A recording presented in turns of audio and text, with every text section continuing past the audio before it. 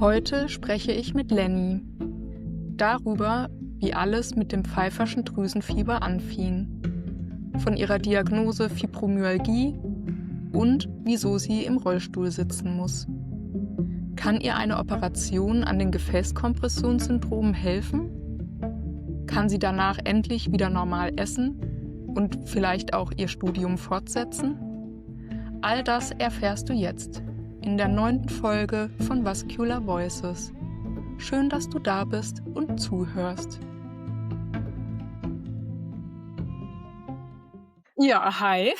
Danke für die Einladung. Ich freue mich sehr, meine Erfahrungswerte ein bisschen teilen zu können und hoffentlich ein bisschen beitragen zu können zur, Sichtbarmachung des Krankheitsbildes.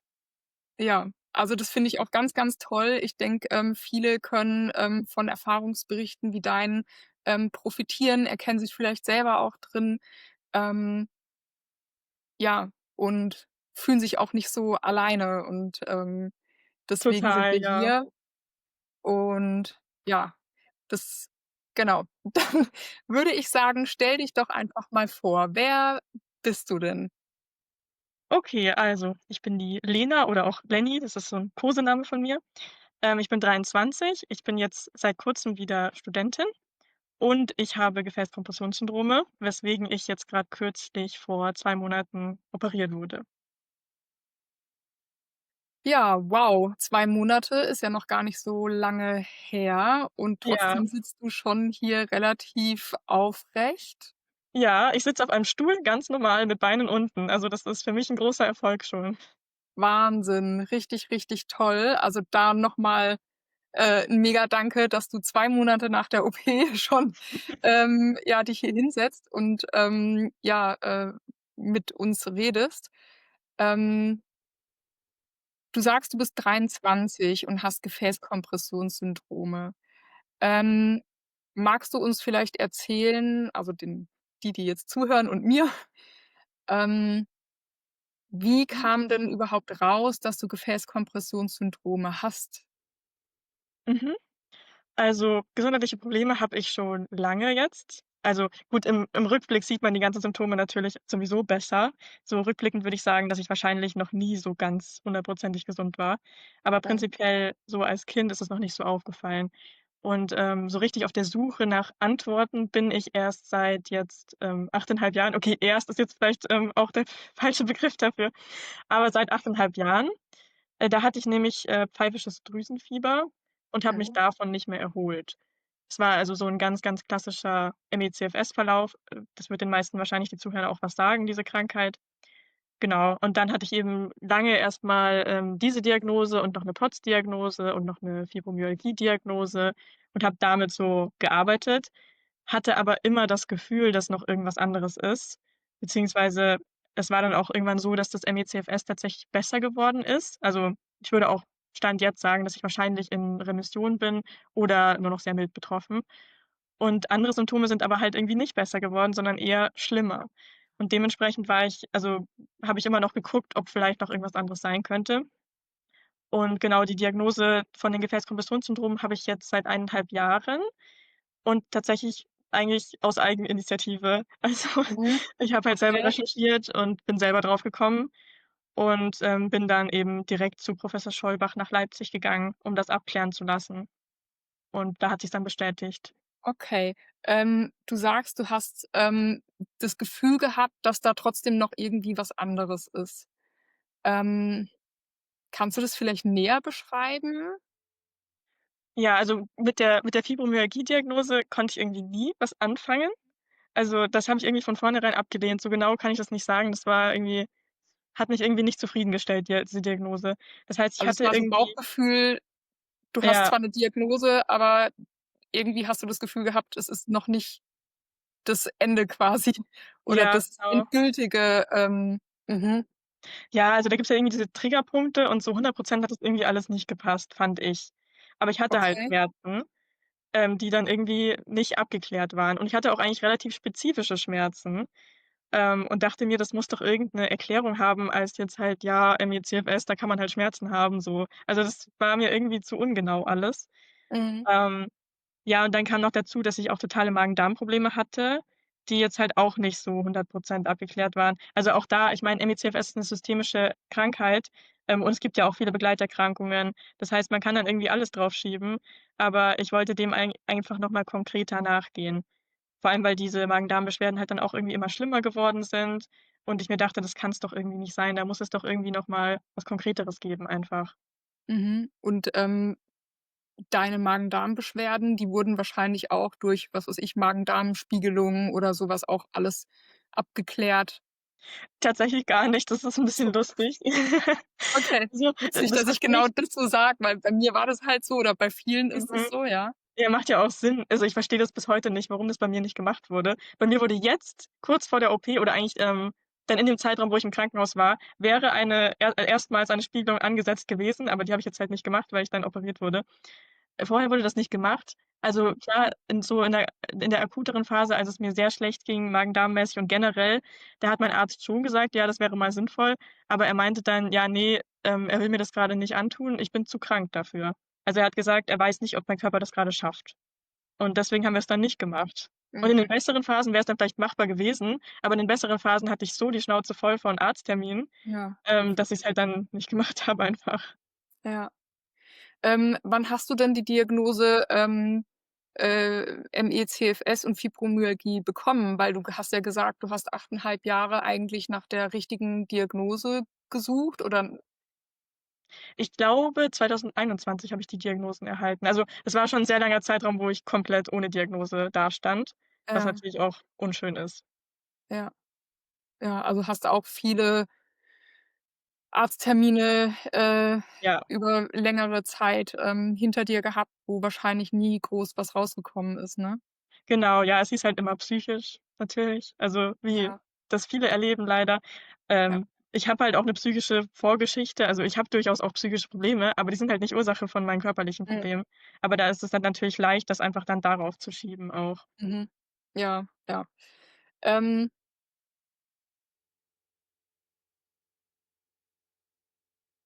was noch wahrscheinlich vielleicht doch interessant ist, noch mal zu erklären, was ME/CFS und Fibromyalgie ist, Mhm, weil ich kann schon sein, dass vielleicht doch welche hier reinhören, und vielleicht nicht irgendwie von der ersten Folge an oder so, mit dabei sind. ja, Vielleicht kannst du ganz kurz was dazu sagen, was man sich da drunter vorstellen kann? klar, also ME/CFS, das steht für myalgische Enzephalomyelitis Chronic Fatigue Syndrom. Das haben vielleicht viele schon mal jetzt im Zuge mit, Covid irgendwie gehört, weil's jetzt auch bekannter geworden ist, weil's leider auch also, weil viel mehr Leute davon betroffen sind leider seit Corona. Mhm. Heißt Ähm, ja auch dann oft Long Covid so im genau. Ja, normalen Ges beziehungsweise ich glaube, das ja. Long Covid kann sich dann irgendwie in ein ME/CFS entwickeln, wenn ich da richtig Mhm. informiert bin. Mhm. Also, das ist, ganz häufig ausgelöst durch eine Virusinfektion, wie bei mir ja auch. Also, ich hatte ja Mhm. Epstein-Barr-Virus, kann aber auch von was anderem kommen. Also, es gibt, glaube ich, unterschiedliche Trigger oder bei manchen gibt's auch gar keinen, zu identifizierenden Trigger. Ähm, ja, genau, das ist eine systemische Erkrankung, wo man sich noch nicht so ganz sicher ist, wie das alles abläuft, also was da genau, ähm, ist. Das heißt also, systemische Erkrankung bedeutet, es kann sehr viele unterschiedliche Körpersysteme betreffen und dementsprechend sind diese Symptome auch sehr, sehr unterschiedlich bei jedem anders. Aber so das Hauptsymptom ist die postexzessionelle Malaise. Das bedeutet im Prinzip, dass man auf jegliche Form von Belastung, also sei das jetzt irgendwie körperlich oder kognitiv oder psychisch oder 'ne Reizbelastung, einfach Mhm. unverhältnismäßig reagiert und dann eben Symptome hat nach jeglicher Form von Beanspruchung. Ja, starke Genau. Erschöpfung halt, ne, bei Ja, selbst wenn meistens man ist es sich nur also die Haare föhnen will. Erschöpfungskrankheit.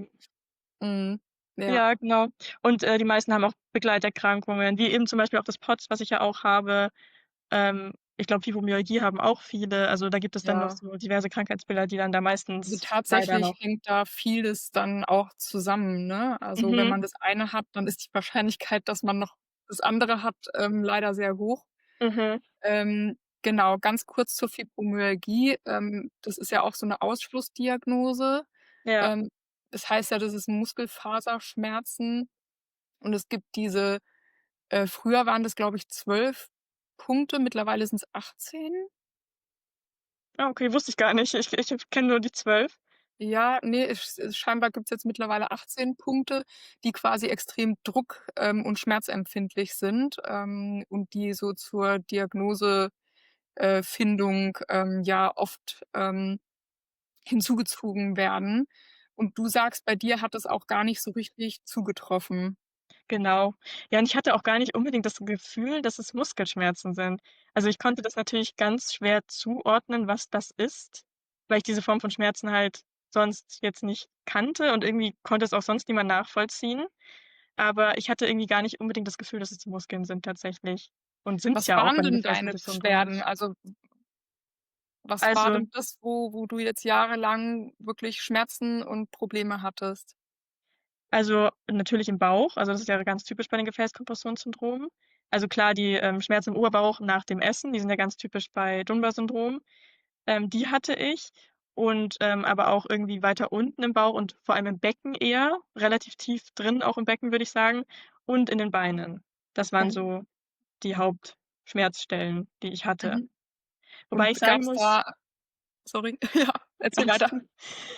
Ich muss sagen, das ist ungewöhnlich, aber die Schmerzen sind bei mir gar nicht das Hauptproblem, würde ich sagen. Also klar, die Schmerzen sind absolut nicht schön und also es ist generell natürlich nicht schön, chronische Schmerzen zu haben.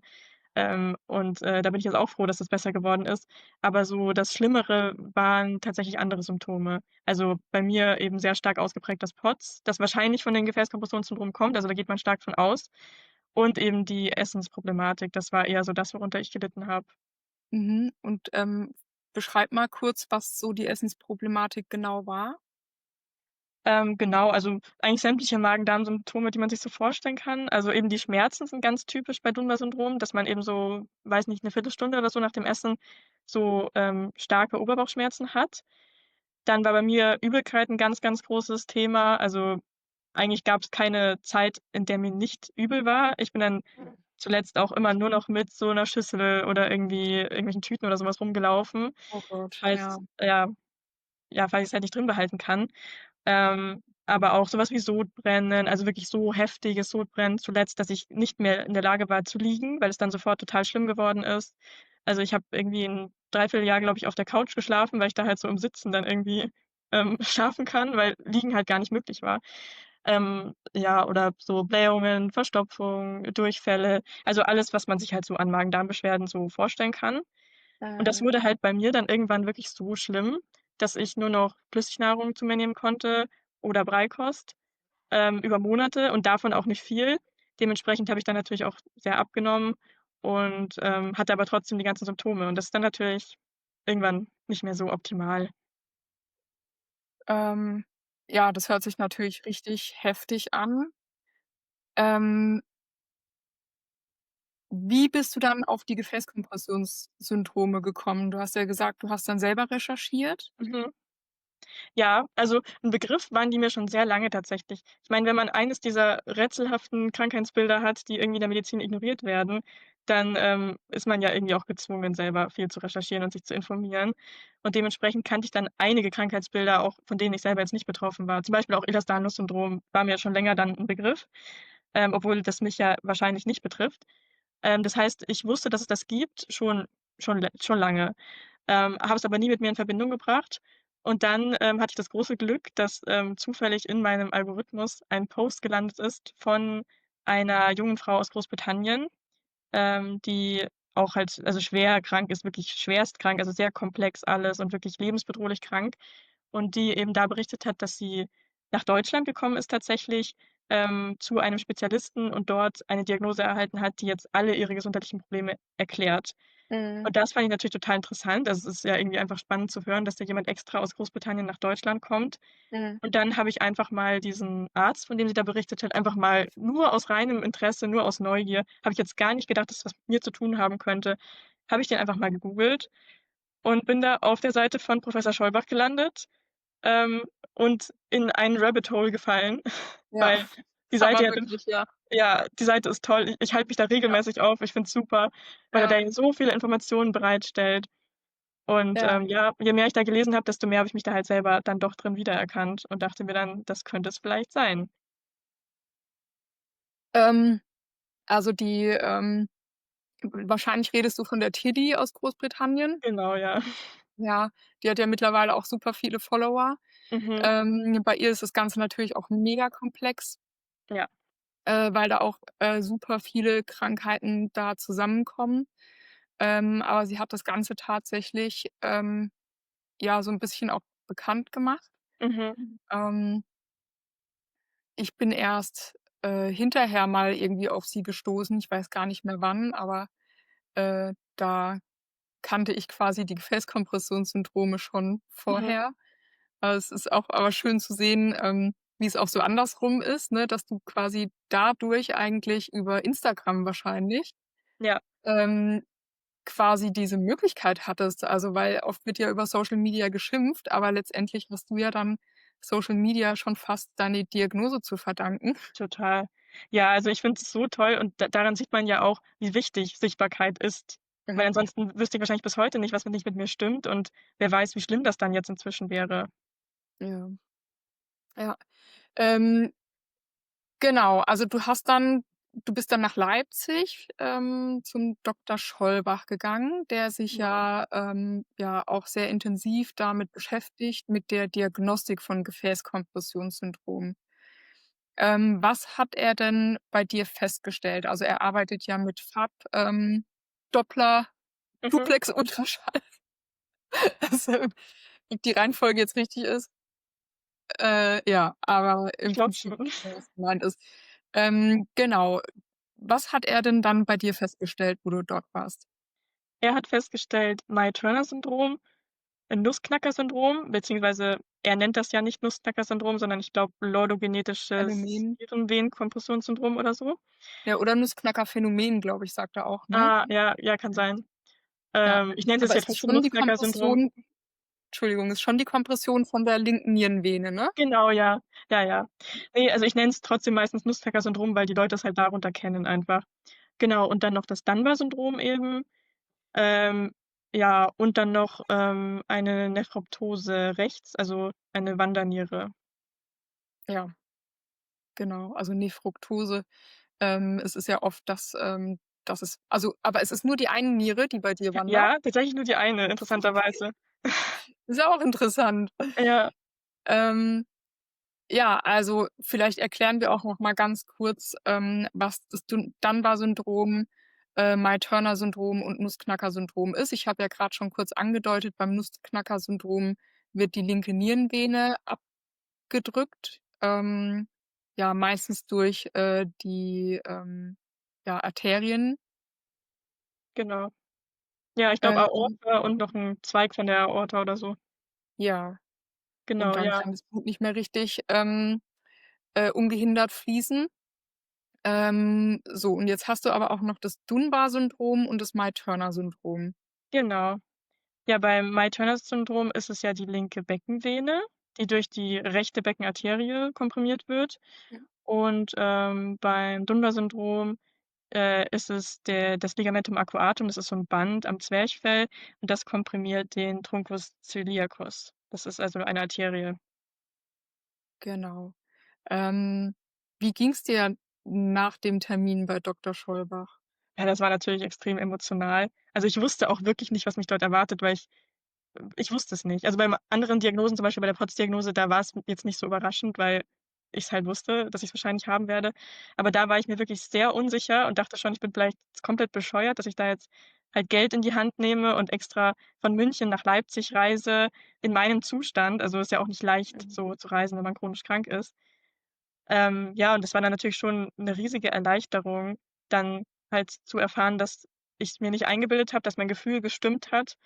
Es war total validierend. Ich hatte zwar vorher schon Diagnosen, aber es war einfach validierend, noch mal zu hören, dass ich wirklich dass da wirklich was ist im Körper, was man feststellen kann. Weil so ME/CFS und so, das ist halt immer irgendwie so schwammig. Ähm, ja, also, es war natürlich extrem emotional und ich war einfach nur erleichtert und habe mich natürlich auch gefreut, weil die, Perspektive auch viel besser geworden ist. Weil mit dem ME/CFS hatte ich immer so die Prognose: „Ja, geht wahrscheinlich nicht weg, oder ich kann's nicht so wahnsinnig beeinflussen.“ Und mit dem Gefäßkompressionssyndrom ist auch schwierig, aber er hatte mir dann doch ziemlich Hoffnung gemacht. Also, er hatte Ja. mir erst mal gar nicht die OP empfohlen, sondern erst mal konservativ es zu versuchen und meinte, es kann gut sein, dass es mir nach 3 Monaten besser geht und das hört man natürlich gerne. Also, insofern Aber war's es nicht war so. nicht so. Ne, es war leider nicht so. Ja. Ja. Ähm, Du hast mir ja im Vorfeld schon gesagt, dass du dann auch, ja, zu Doktor Sandmann dann gegangen bist, der das ganze ja operiert Mhm. oder zumindest 'ne OP anbietet, allerdings an einem Krankenhaus, operiert, wo keine Kassenzulassung hast. Das heißt, man muss dann halt die OP, leider selber tragen, also die Kosten, die da entstehen. Ist natürlich ja auch noch mal so 'n Schlag, Ja. ähm, wenn man betroffen ist, ewig nach 'ner Diagnose gesucht hat, dann endlich 'ne Diagnose hat und es gibt quasi 'ne Möglichkeit, das zu beheben, aber die Krankenkasse übernimmt's nicht, ne? Mhm. Ja, extrem bitter. Wenn man weiß, es Ja, gibt was, was mir vielleicht helfen würde, aber ich kann's halt nicht machen lassen. mhm. Aber du warst trotzdem bei ihm, ne? Ja, also, ich war nicht dort vor Ort, weil, wie gesagt, ich komme Ach aus so. München und es ist halt dann immer Mhm, weit. Aber wir haben telefoniert mhm, und, ich habe mich dort halt vorgestellt dann, also, telefonisch. Und er meinte auch, ja, also, er wird das schon operieren. Er sieht's schon als notwendig und, er denkt auch, dass ich davon profitieren würde. Aber ja, es hat sich dann eben schwierig gestaltet, einfach wegen der Finanzierung. Also, wir waren dann schon in Kontakt, auch 'n ganzes Jahr lang tatsächlich. Also, ich habe mich dort jetzt vor über 'nem Jahr, also, so irgendwie Sommer letztes Jahr gemeldet erstmals. Und am Anfangs hieß es auch noch: „Ja, vielleicht gibt's 'ne Möglichkeit“, weil letztes Jahr war das noch besser mit der Finanzierung. Es ist wohl mhm, jetzt mit dem Jahreswechsel noch mal schlimmer geworden alles. Und da hieß es anfangs noch, ja, ich müsse dann vielleicht Krankenkasse wechseln oder so, wozu ich auf jeden Fall bereit gewesen wäre. Und dann mit dem Jahreswechsel kam halt dann so irgendwann, die Info, dass es jetzt wahrscheinlich gar nicht mehr gezahlt wird. Und mhm, ja, wir haben halt hin und her überlegt, ob's irgend 'ne Möglichkeit gibt, das selber zu tragen, finanziell. Tendenziell bei mir jetzt eher nicht. Also, weil ich habe mhm, halt nicht einfach 'n paar mehrere Tausend Euro übrig, um mir so 'ne OP zu mhm. finanzieren. Ist ja eh schon Was schwierig kostet finanziell. denn so 'ne OP? Also, dass man da 'ne Vorstellung hat. Ich weiß es tatsächlich selber, konkret nicht, weil ich bis zuletzt keinen Kostenvoranschlag bekommen habe. Das Ach weiß so, ich auch nicht okay. warum, weil, also, ich habe immer wieder gefragt, aber sie wollten mir irgendwie keinen geben. Aber Okay, meine Info ist, dass es so irgendwas zwischen 25.000 und 50.000 Euro sind. ja. Gut, je nachdem, was wahrscheinlich gemacht wird. Ja. Ähm, Es ist ja so, also, es ist eigentlich 'ne Privatleistung, die OP, und es ist ja so, dass manche es aber hingekriegt haben, dass die Krankenkasse zumindest 'n Teil übernimmt. Ich weiß Mhm. nicht, ob manchmal sogar komplett übernommen wurde. Ich glaube nicht. Also, das mein Wissensstand ist, dass halt die Krankenkasse teilweise dann was dazu beigetragen hat, aber je nachdem, in welcher Krankenkasse man, Mhm. ähm, war. Und deswegen haben ja viele dann auch wirklich Spenden gesammelt, um sich diese OP leisten zu können. Und ich glaube, für viele, die, Doktor Sandmann nicht kennen, ist vielleicht auch interessant zu wissen, dass lange Zeit er so als einzige Möglichkeit, galt, diese Gefäßkompressionssyndrome, zu operieren, beziehungsweise hat er ja da auch 'ne ganz eigene Technik entwickelt, wie er mehrere, dieser Kompressionen im Körper in einer OP behebt, sodass man quasi nicht alles einzeln, operieren muss, ne? Ja. Ja, und er macht's ja auch anders. Also, er setzt ja nicht die normalen Stents, sondern eben so extravaskuläre Stents. Also, es ist auch 'n bisschen unterscheidet sich so bisschen, was andere Ärzte, glaube ich, machen würden. Ja, genau. Da ist ja einmal für das Myturner-Syndrom, mit der Beckenvene, dass da gerne 'n Stent reingesetzt wird, damit diese Vene offen gehalten wird, die ja ansonsten auch abgedrückt ist. Ähm, Beim Nussknacker-Syndrom geht hat sich eigentlich gar niemand so wirklich rangetraut, deswegen ist es ganz oft unbehandelt, geblieben. Und ansonsten, gibt es natürlich noch, oder gab es die Möglichkeiten, die Umgehungskreisläufe, also die Krampfadern, die sich im Becken dann durch diese Kompression gebildet haben, dass man die embolisiert oder keult. Ja, also das waren ja alles immer, ja, sagen wir mal, Versuche, das Problem zu beheben. Ähm, aber heute weiß man ja, die gehören eigentlich oft zusammen oder hängen quasi auch zusammen. Und da hat ja der Doktor Sandmann, ähm, 'ne OP-Methode entwickelt, wo er sozusagen keine Stents in die Vene setzt, sondern quasi um die Vene drumrum, damit die von außen geschützt wird, ne? Genau. Wenn ich das jetzt so richtig Ja, doch, wiedergegeben doch, habe. doch schon. Ja, also Ich mir wurde versuche auch es immer so einfach wie möglich zu machen, dass halt jeder das irgendwie versteht, ohne ja, da klar. groß ja. Ja, mir wurde auch erklärt, dass, so Stents eigentlich gar nicht unbedingt für das Venensystem Mhm. ausgelegt sind, weil Eher ja für diese Arterien, ne? ja, Ja. genau, weil die ja deutlich dickere Wände haben, die Arterien. Und dass es deswegen halt häufig irgendwie dann zu Problemen, kam, wenn dann halt Stents eingesetzt wurden in die Venen. Mhm. Und deswegen ist es eigentlich ganz schlau, dass man das jetzt so macht, dass man eben was außen rum setzt, weil es reicht ja eigentlich. Also, die Venen sind dann geschützt und können sich dann halt langsam öffnen mit der Zeit. Genau. Ähm, ja, wie ging's denn dann bei dir weiter? Also, du warst mit ihm in Kontakt, Mhm. Ja, ich war Mhm. eigentlich dann ziemlich entmutigt irgendwann. Also, wie gesagt, man Ja. hatte halt monatelang Kontakt und es ist, ja, man hat halt die Aussicht, dass es halt nicht klappen wird. Also, auch Mhm. rein terminlich meinten sie: „Ja, selbst wenn ich selber zahle, dann frühestens 2026, weil sie haben ja jetzt schon alles geplant und so.“ Also, es war schwierig, es war frustrierend und ich habe eigentlich damit gerechnet, dass ich wahrscheinlich in naher Zukunft nicht operiert werde, was natürlich irgendwie blöd ist, weil mir ging's zunehmend schlechter und war dann wirklich an 'nem Punkt, wo ich einfach Hilfe gebraucht habe, wo ich einfach nicht mehr wusste, wie soll ich mein Leben fortsetzen, wenn's halt jetzt so ist, wie's dann eben war. Also, ich konnte nicht mehr essen, habe abgenommen, hatte Angst, dass dann irgendwann ich halt so untergewichtig bin, dass ich irgendwie künstlich ernährt werden müsste oder so. Ich konnte gar nicht mehr stehen. Also, ich bin zuverlässig kollabiert, nach 2 Minuten aufrecht stehen. Auch nach wenn ich sitzen musste, also ich bin dann sowieso nicht mehr gesessen, aber wenn man halt mal raus muss, irgendwie für 'n Arzttermin oder so und dann halt im Rollstuhl sitzen muss, dann, bin ich auch teilweise nur vom Sitzen schon kollabiert. Also, es war wirklich sehr einschränkend.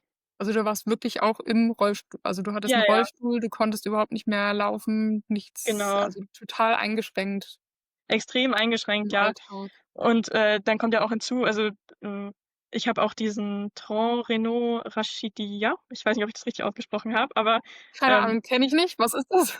so, kennst du gar nicht. Das ist so 'n Umgehungskreislauf, also, das ist so 'n Gefäß, das in den Spinalkanal führt und, das kann dann halt zu neurologischen Problemen führen, unter anderem halt wirklich auch zur vollständigen Querschnittslähmung. Aber Und was, also, kannst du's noch mal sagen? Das wie heißt es? okay, also zu 100 ich bin auch keine Medizinerin, aber Ja, aber also, wie ich das verstehe, der Körper macht ja Umgehungskreisläufe, einfach also, das Blut muss ja irgendwo hin. Und ja. bei mir gibt es eben ein Gefäß, das ich weiß gar nicht von wo aus, aber das führt in die Wirbelsäule, in den Spinalkanal rein. Und, das kann dann eben zu Problemen führen, wie zum Beispiel migräneartige Kopfschmerzen oder halt so neurologische Symptome. Und das hat 'n speziellen Namen, weil ich frage grad so doof, weil bei mir ist es nämlich auch, also, ich war auch Mhm, bei Schollbach, ich war schon zweimal bei ihm, und, beim ersten Mal war das noch nicht und 1,5 Jahre später, hatte ich dann auch quasi, einen Umgehungskreislauf hinten am Rückenmark entlang, und bei mir war dann auch rechts, die Beckenvene auch dicht. Also, erst hatte ich mhm. die linke Beckenvene zu, dann rechts, und dann eben auch deswegen, hört sich das jetzt so an, als wäre das das, was ich halt auch habe, nur war Ja, mir ich nicht glaube bewusst, dass das so 'n speziellen Namen hat. ja, hört sich so an. Also, es hat so 'n französischen Namen. Professor Ja, Schollbach meinte: „Ja, das hat irgendjemand mal irgend 'n Franzose hat das mal so benannt und dann wurde es vergessen.“ Also, ach das so. kennt wohl niemand. Aber Ja, ja, das hat 'n Namen tatsächlich. Also, ja, hört sich so ah an, als ja. wäre das Gleiche. Ja, Mhm, und das kann eben also, es kann bis zu 'nem Querschnitt tatsächlich also, was heißt 'n Querschnitt? Bis zu 'ner Querschnittslähmung führen. mhm. Und, bei mir war's jetzt noch nicht so weit, aber, es hat halt angefangen. Also, wenn ich lange sitzen musste, dann, hat's angefangen, dass ich wirklich motorische Einschränkungen hatte und halt so erste Lähmungserscheinungen. Und grade in Bezug darauf hat auch Professor Sandmann gemeint, wäre es halt schon wichtig, diese OP irgendwie zu machen, damit's Ja. halt nicht noch schlimmer wird. Ja, genau. Und dann ist eines Tages ein Wunder geschehen, also aus meiner Perspektive zumindest. Denn es ist, eine Mail in meinem Postfach gelandet von, der Klinik, in Düsseldorf, in der es dann plötzlich hieß, es gäbe jetzt eine Chirurgin, die das in einem anderen Krankenhaus, macht, nach der gleichen Methode wie Sandmann. Also, die hat mit ihm zusammen 'n paar Jahre lang operiert, weil sie auch dort gearbeitet hat und hat dementsprechend eben diese Methoden erlernt. und ist jetzt an 'nem anderen Krankenhaus und hat es jetzt dort eingerichtet, dass man das dort jetzt eben operieren kann. Ist noch ganz frisch, also ich glaube, ich war jetzt der 4. Fall dort erst. Mhm. Aber ich soll mir doch überlegen, ob ich mich nicht dahin wenden möchte. Mhm. Und das habe ich natürlich dann auch gemacht. Erst mal mit wenig Hoffnung, weil ich dachte nicht, dass es jetzt so, unkompliziert alles laufen wird. Ich dachte, ja, ähm, gut, ist ja dann auch die Frage, wie vielen Leuten wurde dieser Tipp gegeben? Wie lang sind dann da die Wartelisten vielleicht auch? Antwortet mir diese Person überhaupt? Also, man kennt das ja von Ärzten, grade von den Guten, dass sie dann irgendwie gar nicht erreichbar sind. Ja. Und mir war auch nicht klar, dass es mit der Finanzierung dann kein Problem mehr sein würde. Also, das war für mich irgendwie nicht so klar, dass das wirklich nur an diesem privaten Krankenhaus hängt. Ich dachte, dass halt diese OP-Methode vielleicht generell nicht so finanziert wird. Dementsprechend habe ich mich da einfach mal hingewandt, aber hatte jetzt nicht so große Hoffnungen. Ähm, aber ja, das hat sich dann alles ganz anders ergeben, als ich erwartet hatte. Also, die Chirurgin hat sich am gleichen Tag noch gemeldet bei mir. Ich glaube Wow. um ich glaube um 23:30 abends an 'nem Freitag. Also, da ist jemand engagiert auf jeden Fall. Ja. Ja, und sie meinte dann, ja, sie ruft mich an und, hat sie dann auch gemacht, ähm, und meinte dann: „Ja, gar kein Problem mit der Finanzierung. Ich brauche einfach nur meine Krankenkassenkarte, sonst gar nichts. Also, 'n Einweisungsschein wäre noch gut, aber das kann auch sie mir dann dort machen.“ Also, das die haben dann noch so 'n MVZ mit dran an dem Krankenhaus Mhm. und die können mir das auch ausstellen, falls meine, Hausärztin das nicht machen möchte. Gar kein Problem, ich muss mich um gar nichts kümmern. Und sie hat mir dann tatsächlich einfach 'nen Termin angeboten, der dann 1 Monat von diesem Telefonat entfernt lag. Und hat sich noch entschuldigt dafür, weil es zu lange wäre. Also, hat noch gemeint: „Ja, Wahnsinn. es tut dir Wir leid, sind das ja was ist ganz lang.“ anderes gewohnt von Ja, Ärzten. Ja. ja, ich war so perplex. Ich habe aufgelegt, ich habe erst mal geweint Ja, und, verstehe habe ich. dann erst mal natürlich überall also allen Bescheid gesagt, dass ich jetzt doch operiert werde. Also, war krass. Ich werde dieses Telefonat nie vergessen in meinem Leben. Es ging so 5 Minuten oder so und hat für mich alles geändert in dem Oh, ich Moment. kriege grad Gänsehaut. Oh. Ja. Oh Ja, Gott. kannst du dir wahrscheinlich gut vorstellen, was das so Ja, für total. einen Ja. bedeutet. Diese Ja, Erleichterung, ne? Also, dieses, Gefühl, gesehen zu werden und dieses Gefühl, man hat Hoffnung, dass dass es einem besser gehen kann, dass man ja, behandelt wird, dass man die Möglichkeit hat, dass es, 'n Ende findet, ne? ja, 'N positives Ende. Ja.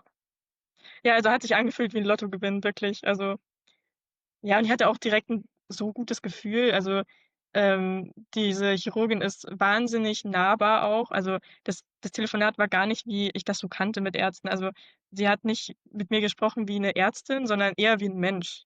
Und das war Mhm. auch total schön. Also, ich habe mich direkt extrem wohl mit ihr gefühlt und dachte mir: „Ja, also von dieser Person lasse ich mich total gerne aufschneiden, gar kein Problem.“ Also, jetzt Ja. wollen natürlich alle wissen, wer diese Chirurgin ist.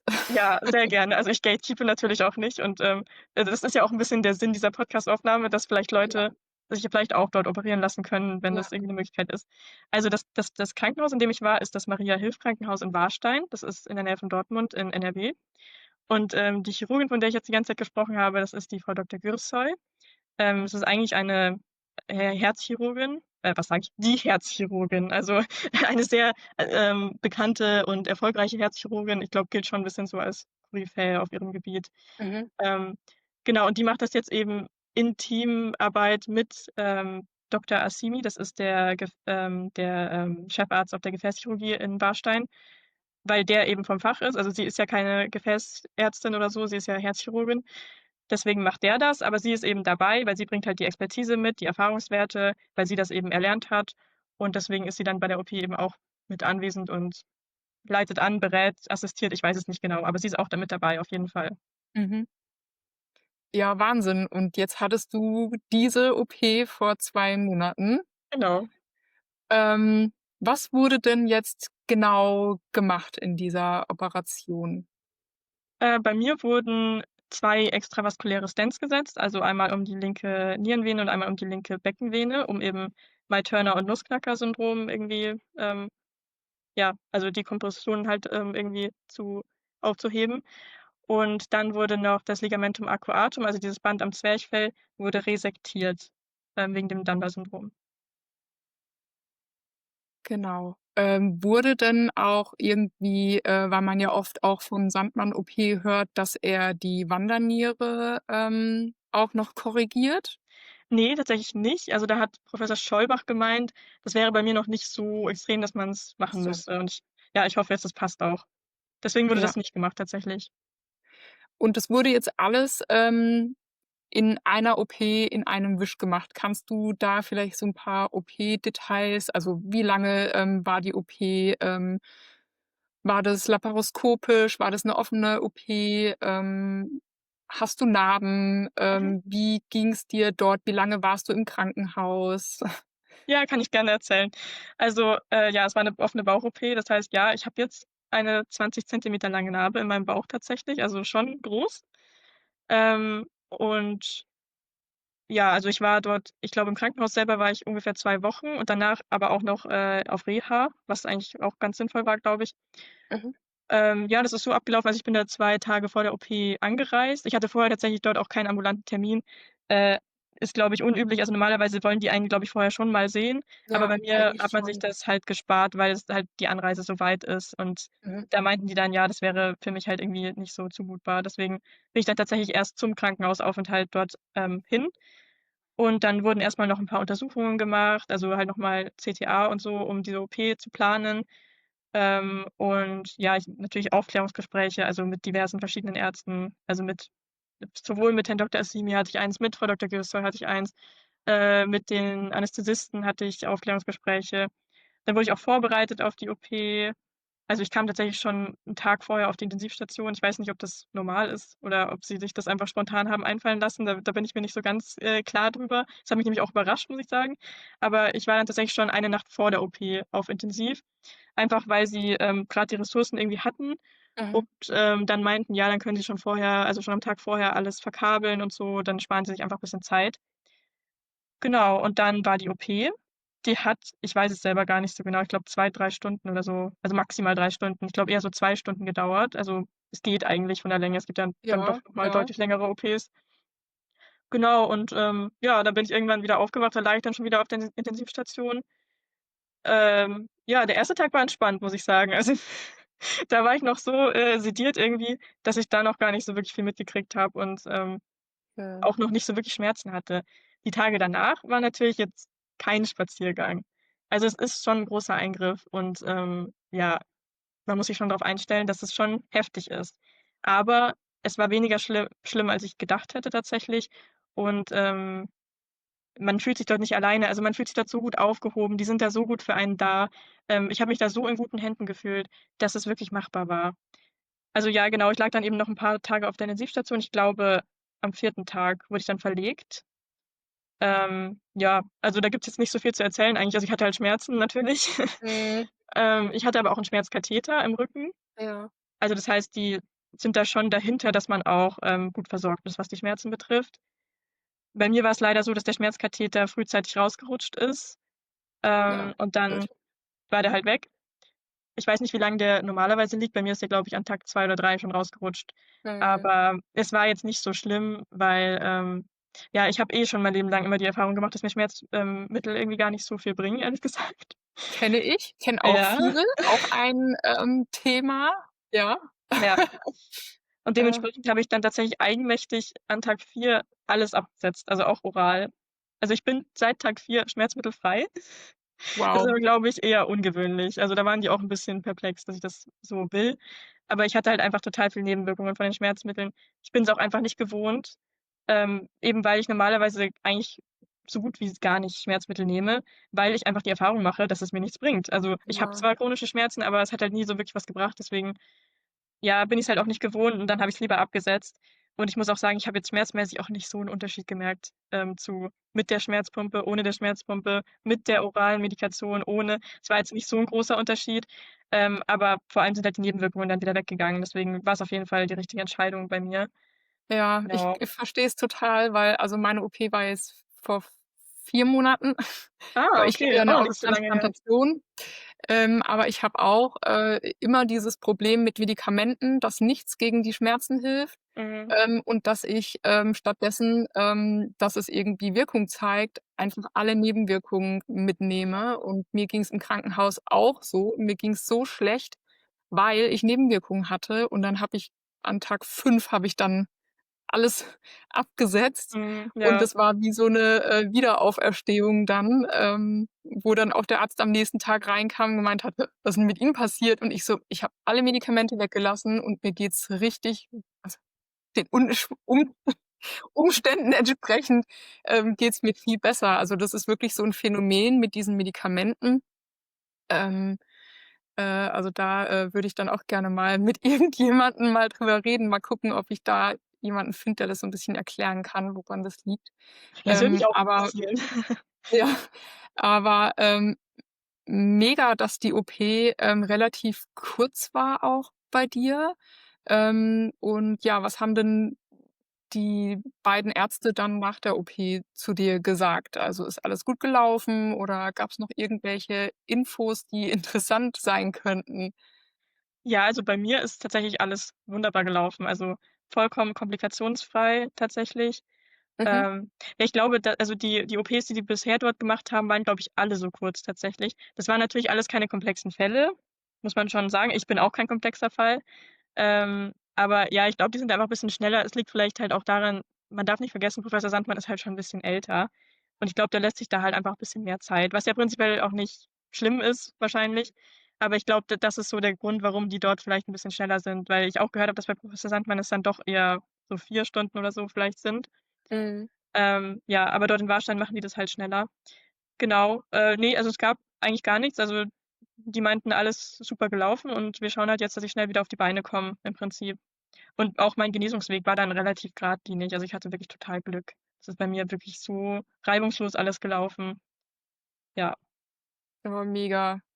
Ja, und wie geht's dir jetzt? Also, wie war die Zeit, als du dann wieder zu Hause warst? Ähm, vielleicht magst du auch kurz erzählen, wie's in der Reha war, weil so direkt in 'ne Reha nach 'm Krankenhausaufenthalt, ähm, was haben die denn da gesagt? Die kannten das ja wahrscheinlich, warst du ja da so 'n so 'n spezieller Fall, wo sie noch nie gehört haben, ne? Ja, also tatsächlich, wurden von den 3, die vor mir in Warstein waren 2 auch dort auf Reha. Das heißt, das war nicht ganz neu. Also, die hatten's schon mal gehört Okay. zumindest.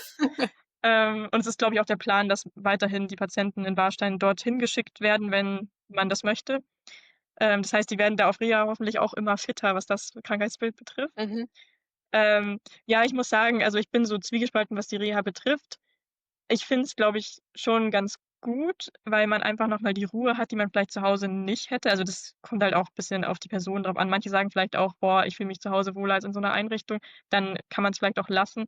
Aber in meinem Fall fand ich halt es ganz angenehm, dass ich halt wirklich keine Verpflichtungen hatte. Also, man muss ja gar nichts machen, so, keine Ahnung, kochen, putzen, was auch immer. Musst du dort halt einfach nicht machen. Muss man jetzt zu Hause vielleicht auch nicht machen, aber da ist die Versuchung dann vielleicht groß, es dann doch zu machen, wenn's halt gemacht werden muss so. Mhm. Und dementsprechend war es, glaube ich, ganz gut, dass ich dort halt einfach noch mal 'n bisschen meine Ruhe hatte. Und ich war auch froh, dass die Heimreise, die bei mir hier relativ weit ist, dann noch mal um 3 Wochen nach hinten verschoben wurde. Weil so 2 noch Mhm. Wochen nach der OP hätte ich diese, weiß ich nicht, 6 Stunden, 7 Stunden Autofahrt jetzt nicht unbedingt machen wollen, ehrlich gesagt. Ja. So vom Programm her auf Reha war's jetzt so mäßig. Also, die wussten halt jetzt nicht so genau, was sie mit mir machen Was du sollen. Das machen hat man sollen, schon ja. gemerkt, ja. Das Problem ist, ich wusste es halt selber auch nicht. Also, ich hätte denen jetzt auch Ja. nicht sagen können, wovon ich jetzt irgendwie mehr profitiert hätte. Das ist halt dort 'ne kardiologische Reha, wo ich jetzt auch nicht so 100% reingepasst habe. Also, es waren halt hauptsächlich irgendwelche Leute nach Herzinfarkt oder so was oder, keine Ahnung, irgendwelche Bypass-Operationen oder so. Ähm, und natürlich auch eigentlich nur ältere Leute. Also, ich war dort absoluter Ausnahmefall. Das, hat Kenne sehr ich. großes Aufsehen Und erregt. ich Also, bin auch die ganzen anderen 37 und ich war trotzdem die Jüngste in der Reha. Ja, kann ich mir vorstellen, ja. Ja, Ja. da ist man Ja, dann aber, also, konntest du da schon, also, konntest du laufen? Also, ich denke mal, im Krankenhaus musstest du wahrscheinlich auch schon aufstehen, ne? Allein wegen ja, klar. Kreislauf Ja, ja. und, Ja, da waren sie relativ, stark dahinter, dass man das auch schnell macht, dass man wirklich schnell wieder aufsteht. Ich weiß gar nicht, wann ich aufgestanden bin. Ich glaube sogar vielleicht an Tag 2 schon. Also, erst mal nur mhm, aufstehen und noch nicht rumlaufen. Und dann, noch auf der Intensivstation bin ich da tatsächlich 'n bisschen gelaufen am Rollator erst mal. Und, ja, dann auf der normalen Station dann, wollten die schon, dass ich mich ganz viel mobilisiere. Also aber das ist auch total nett. Die kümmern sich da total, also, sowohl die Pflege ist dann ständig mit mir spazieren gegangen, als auch Frau Dr. Gürsser höchstpersönlich ist mit mir durchs Krankenhaus spaziert, als Mobilisierungsmaßnahme. Ja, die kümmert sich wirklich, wirklich viel. Also, die Toll. Patientenfürsorge, die sie an den Tag legt, das habe ich so noch nie irgendwo gesehen oder gehört. Das ist echt sehr außergewöhnlich und natürlich total schön. Da fühlt man sich natürlich dann auch noch mal besser. Mhm. Genau, also da bin ich schon rumgelaufen und dann auch ohne Rollstuhl. Es wurde mir dann auch gesagt: „Ja, bitte den Rollstuhl nicht mehr benutzen, weil ich soll es ja lernen so.“ Und im Mhm. Krankenhaus habe ich mich da auch dran gehalten. Ich meine, da muss man ja auch nicht nirgends groß hinlaufen, außer eben, wenn man halt grad Mobilisierung macht. Dann auf Reha sah das dann aber wieder anders aus. Also, das sind die Wege halt einfach so lang und die haben dann natürlich auch nicht die Ressourcen, dann da irgendwie mich zu begleiten oder so, Mhm. falls ich dann doch wieder kollabiere. Also, da musstest du dann. Ja, also die haben dann schon gesagt, ja, sie würden das schon begrüßen, wenn ich mich wieder in 'n Rollstuhl begebe. Und ich habe halt auch selber gemerkt, ich schaffe es sonst nicht. Also, teilweise zu den Therapien war's schon so weit, die waren teilweise in 'nem anderen Gebäudekomplex und das ist dann schon weit. Und das hätte Mhm. ich halt nicht geschafft. Das heißt, ja, auf Reha war ich dann schon wieder im Rollstuhl unterwegs. Zwischenzeitlich habe ich's dann mal ohne versucht, aber das war nicht so 'ne gute Idee. Da bin ich dann auch wieder mehrfach kollabiert tatsächlich. Ähm, genau, und dann bin ich halt einfach wieder im Rollstuhl unterwegs gewesen. Und es ist auch jetzt so, also es ist vieles sehr viel besser geworden schon, aber tatsächlich das POTS leider noch nicht. Also, das ist so das, wo ich jetzt noch am Gucken bin, ob sich das noch irgendwie ändert oder nicht. Klar, ich bin an Tag 63, also, das darf man nicht vergessen. Es kann gut sein, dass sich das noch irgendwie ändert, dass sich da noch was tut. Ich bleibe zuversichtlich und, lasse es auf mich zukommen. Aber bisher ist das halt leider noch nicht so viel besser geworden. Das heißt, auch jetzt noch bin ich schon auf den Rollstuhl angewiesen, wenn ich jetzt irgendwie Mhm. das Haus verlasse. Also, jetzt für innen drin jetzt, also für in der Wohnung jetzt nicht, aber für alles, was jetzt draußen ist, brauche ich den Rollstuhl schon noch. Aber ja, sonst, also abgesehen von den Pods, ist wirklich auf allen Ebenen eigentlich alles besser geworden schon. Also, es hat sich gelohnt auf jeden Fall. Also, du hattest ja vor allem, mit dem Essen Probleme, ne? Du hast ja gesagt, irgendwann nur noch Flüssignahrung und das auch sehr wenig. Kannst du jetzt wieder ganz normal essen? Ja, eigentlich schon. Also, das ist total crazy immer noch für mich, jeden Tag aufs Neue. Ich bin schon noch vorsichtig. Mhm. Und ich würde jetzt nicht sagen, dass ich gar keine Symptome mehr hatte seit der OP, also ab und zu dann schon, aber sehr abgeschwächt, also sehr viel, weniger schlimm als vor der OP. Und, ja, ich esse eigentlich ganz normale Mahlzeiten, ganz normale Lebensmittel. Das ist für mich jeden Tag aufs Neue wieder erstaunlich, dass es funktioniert. Und ich habe auch schon Und zugenommen seit der OP ganz tatsächlich. anderes Lebensgefühl dann auch, ne? Ja, das es ist so viel Lebensqualität. Und ja, also konkret, wann hast du gemerkt, dass sich was verbessert? Schon relativ unmittelbar tatsächlich. Also, das hat mich auch überrascht, weil mir eigentlich gesagt wurde, dass es auch vielleicht 3 Monate dauern kann, bis ich überhaupt was merke. Mhm. Aber das war relativ unmittelbar. Also, so auf der Intensivstation jetzt vielleicht noch nicht. Da ist man halt noch so zugedröhnt von den Schmerzmitteln und so. Da ist es halt schwer zu sagen. Aber dann auf der normalen Station, habe ich dann schon langsam angefangen mit dem Essen, also ganz langsam natürlich. Erst mal nur so paar Löffel und erst mal Suppe und so. Aber da habe ich das dann schon langsam gesteigert. Also, schon am Ende des Krankenhausaufenthalts konnte ich besser essen als davor. Ähm, die Schmerzen waren auch eigentlich relativ unmittelbar besser tatsächlich. Das wurde mir auch irgendwie erklärt, dass die Nerven da wohl zur Freilegung von den Gefäßen irgendwie durchtrennt wurden oder so und deswegen sollte das dann auch relativ unmittelbar besser sein. Und das war auch so. Also, ich bin nicht schmerzfrei, aber es ist kein Vergleich zu vorher. Also, die Schmerzen sind auch auf jeden Fall besser. Und dann gibt es halt so Kleinigkeiten, mit denen man vielleicht gar nicht gerechnet hätte. Also, keine Ahnung, meine Verdauung zum Beispiel. Da, habe ich jetzt gar nicht so hatte ich gar nicht so auf dem Schirm, dass das wirklich, so anders sein kann überhaupt. Also, meine Verdauung ist viel besser. Ich wusste gar nicht, dass man so 'ne gute Verdauung haben kann. Und da gibt es halt lauter so Kleinigkeiten, mit denen ich jetzt vielleicht gar nicht unbedingt gerechnet hatte. Ja. Und was für mich tatsächlich die allergrößte Veränderung ist, die ich auch direkt im Krankenhaus noch gemerkt habe, ist, was es mental mit einem macht. Ich schiebe das so bisschen vielleicht auch auf das Kognitive. Also, man hat ja auch kognitive Symptome, so Brain Fog oder so was, war bei mir auch Mhm. relativ schlimm. Und das war wirklich relativ unmittelbar nach der OP besser, also sobald ich dann halt von den Medikamenten weg war natürlich, Mhm. dass ich wirklich gemerkt habe, ich kann wieder erstmals seit wahrscheinlich Jahren klar denken und ich fühle mich dementsprechend auch wieder wie ich, weil ich bin 'n ziemlicher Kopfmensch. Ich habe mich immer sehr über dieses ganze Kognitive definiert und auch andere haben mich immer sehr darüber definiert und das war halt so vollkommen weg und das ist halt jetzt wieder da. Und das ist natürlich, also das wirkt sich grad extrem positiv auf mein Leben generell aus. Und das ist total krass einfach. Also, das kann ich jeden Tag, aufs Neue wieder nicht fassen. Und, ja, dementsprechend, ich habe es ja vorhin schon gesagt, als ich mich vorgestellt habe, dass ich wieder Studentin bin, konnte ich jetzt tatsächlich schon jetzt 2 Monate nach der OP mein Studium erfolgreich fortsetzen, was Wow. undenkbar war eigentlich. Also, habe ich auch nicht mit gerechnet. Also ja, es hat sich schon einiges verbessert. Wahnsinn, ne, wenn man sich überlegt, 2 Monate, es ist wirklich keine lange Zeit und es kann ja, ja wirklich der Körper verheilt ja auch noch, Ja, ne? Also, es ist ja noch Narbenbildung und, aber dass du jetzt schon wirklich, ja, eigentlich 'n ganz anderes Leben führen kannst als vor der OP, ist ja wirklich 'n toller Erfolg. ja, total. Und ja, ich hoffe auch, dass das anderen, Mut machen kann, Ja, dass das da hoffe ich auch.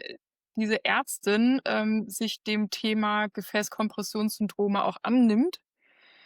Ähm, und ja, vielleicht, da auch 'ne tolle zukünftige Alternative zu Doktor Sandmann ist, weil viele hatten ja Angst, wenn er aufhört und er ist ja Mhm. eigentlich schon lange, lange, lange in Rente normalerweise und, arbeitet aber für seine Patienten trotzdem weiter. Ja, dass sie da in Zukunft, ja, uns Patienten da übernehmen kann, ne, Ja, und wirklich auch helfen kann. ja. Das war auch so meine Sorge, was passiert, wenn der irgendwann nicht mehr kann oder will oder wer macht das dann? Und ja, Ja, das ist super, dass sie das jetzt, da eingerichtet hat und dass Herr Doktor Assimi jetzt eben auch das lernt oder schon gelernt hat, auch in gewisser Weise. Ich weiß nicht, wie viele Patienten der jetzt schon hatte. Zusammen hatten sie jetzt eben war ich die Nummer 4 und inzwischen ist auch noch eine operiert worden. Das durfte ich auch bisschen begleiten. Also, mit der habe ich mich jetzt angefreundet und wir stehen in ganz engen Kontakt. Die ist grad auf Reha, der geht's auch super. ja, Ähm, schön. ja, ne, aber total gut, dass sie das dort eingerichtet haben und das, dort machen. Also, da bin ich auch sehr froh Ja, drüber, einfach für alle zukünftigen Patienten. genau. Also, das ist ja auch wirklich, man weiß ja nie, die Gefäßkompressionssyndrome gelten ja als extrem selten. Ich bin ja der Meinung, dass die Dunkelziffer sehr, sehr, sehr, sehr, sehr, sehr, sehr, sehr Ja, hoch ist. Und ja, viele Ärzte, beschäftigen sich damit nicht, wissen gar nicht, dass es das überhaupt gibt. Und deswegen, freut es mich einfach, zu hören, dass es da wieder 2 Ärzte gibt, die sich dem annehmen, und halt wirklich auch allen Betroffenen damit Hoffnung machen auf 'n besseres Leben. ja. Also, ich bedanke mich bei dir, dass du uns von deiner Geschichte erzählt hast. Und ja, möchtest du vielleicht irgendwas noch zum Abschluss, sagen oder mitgeben? Also, erst mal danke für die Einladung. Also, ich habe das sehr gerne geteilt. Bin eigentlich froh, dass ich, irgendwie 'ne Stelle gefunden habe, wo ich das teilen kann, einfach weil ich auch, irgendwie das Gefühl habe jetzt, wo es mir besser geht, irgendwie so die Verantwortung zu haben, meine Erfahrungswerte zu teilen und meine Energie da auch reinzustecken, dass es eben für zukünftige Patienten einfach leichter wird. Und deswegen, ja, danke, dass ich das hier teilen durfte auf jeden Fall. Ja, sonst habe ich eigentlich nichts loszuwerden. Also, ich wünsche natürlich allen Betroffenen nur das Allerbeste und ich hoffe auch, dass ich 'n bisschen Mut machen kann vielleicht. Es kann besser werden. Also, ich meine, ich war ja auch an dem Punkt, wo ich mich wirklich gefragt habe: „Wie soll das weitergehen?“ Und, Ja. ja, es können sich immer wieder Türen öffnen, mit denen man vielleicht gar nicht gerechnet hätte. Und ich kann nur jedem sehr ans Herz legen, der die OP machen möchte und der auch unbedingt diese, OP-Technik von Professor Sandmann machen lassen will, sich wirklich nach Warstein zu wenden. Also, ich habe da wirklich gute Erfahrungen gemacht. Man kann sich direkt ans Krankenhaus wenden, man kann sich aber auch an Frau Doktor Gürsol persönlich wenden. Also, ich habe sie Mhm. extra gefragt, ob ich das wenn ich das empfehle, ob ich das sagen darf, dass man sich an sie wenden darf und sie hat gesagt: „Ja“, sie ist da offen für. Sie ist gut erreichbar. Sie antwortet in der Regel relativ schnell oder ruft auch zurück, wenn, man sie grad nicht erwischt. Und, sie ist wirklich ein absoluter Safe Space. Also, für alle, die irgendwie schlechte Erfahrungen gemacht haben, was wahrscheinlich der Mhm. Großteil ist leider, Ja, und jetzt irgendwie vielleicht schon so 'ne kleine Phobie irgendwie haben, was Ärzte betrifft, was ich total verstehen kann, weil mir geht's nicht anders. Man muss sich da wirklich keine Gedanken machen. Also, man kann sich gut an sie wenden. Sie ist wundervoll. Genau, also das kann ich nur empfehlen und hoffe natürlich, dass, ja, sich das da dort irgendwie weiter etabliert, dass dort weiterhin Patienten gut operiert werden können und das vielleicht so 'ne Alternative wird zu Professor Sandmann oder so die Nachfolge. Ja. Ja, auf jeden Fall sehr, sehr spannend, was du erzählt hast und, ja, äh, wer mag, kann ja auch, den Podcast, also die Folge, kommentieren. Die Möglichkeit gibt's ja, in den Kommentaren sich noch auszutauschen, wenn irgendwelche Rückfragen, von anderen sind. Hättest du noch 'n Tipp, wo man sich vielleicht, connecten kann? Also, ich persönlich mache das auf TikTok tatsächlich. Ich bin nicht so 'n Instagram-Fan irgendwie. Ja, du bist Ähm, ja jünger. ja, wahrscheinlich ist es wahrscheinlich ist es so 'n Generationsding, kann gut sein. Ja, Mhm, also ich bin auf TikTok, mhm. und habe da auch jetzt schon einige andere Betroffene gefunden und da haben jetzt mich auch schon nach der OP einige doch angesprochen und gefragt Also, du halt, wo ich berichtest war. auf TikTok auch über deine Krankengeschichte? Ja, also ich bin da jetzt nicht wahnsinnig aktiv, aber so bisschen halt. Und ja, man gabelt dann ab und zu in irgendwelchen Kommentarspalten irgendwelche Leute auf oder so. Also, ich bin da halt dann auch so, dass ich dann wirklich aktiv die Leute anschreibe. Wenn die halt dann da Mhm. irgendwie äußern, dass sie das haben oder so, dann bin ich immer so: „Ja, willst du dich vielleicht austauschen? Ich habe das auch.“ Also, ich bin da halt sehr ich gehe da sehr proaktiv auf die Leute zu. Aber dementsprechend, ja, finde ich, man kann sich da eigentlich schon ganz gut connecten. Also, ich habe da jetzt schon einige gefunden, die das doch auch haben, die da auch davon betroffen sind. Also, das ist jetzt so mein Tipp. Ich glaube, dass du ja 'ne Facebook-Gruppe hast, oder? Ja, genau, ich habe mal 'ne Facebook-Gruppe, gegründet. Genau, da gibt's auch, ja, mittlerweile 2, 3 Facebook, Selbsthilfegruppen. Und ja, Ja, das klingt deswegen, auch 'ne also so schöne langsam, Möglichkeit. wenn du jetzt noch TikTok eroberst mit 'n paar anderen, und, Instagram, dann, ja, arbeiten wir schön dran, dass, ja, dass immer mehr Leute, wissen, was Gefäßkompressionssymptome sind. Ja, so soll's ja sein, dass es bekannter wird hoffentlich. Genau. So, das war's für heute. Schön, dass du bis zum Ende zugehört hast. Bitte bedenke, dass alle besprochenen Behandlungen und Therapien keine Empfehlung sind, sondern von dir selbst gut durchdacht und recherchiert werden sollten. Es gibt bisher nicht die eine Lösung. Wir stehen noch am Anfang und jeder Krankheitsverlauf ist individuell und sehr komplex. Wenn du dich näher informieren möchtest, dann schau auf der Instagram-Seite von Vascular Voices vorbei. Dort gibt es wöchentlich Beiträge zu den Gefäßkompressionen. Ich hoffe, dir hat die Folge gefallen. Wenn du magst, kannst du unten ins Kommentarfeld schreiben, wie du sie fandest, oder den Podcast mit Sternen bewerten. Damit hilfst du selbst aktiv mit, die Krankheit bekannter zu machen. Denn glaub mir, du bist nicht allein. Wir sind ganz viele.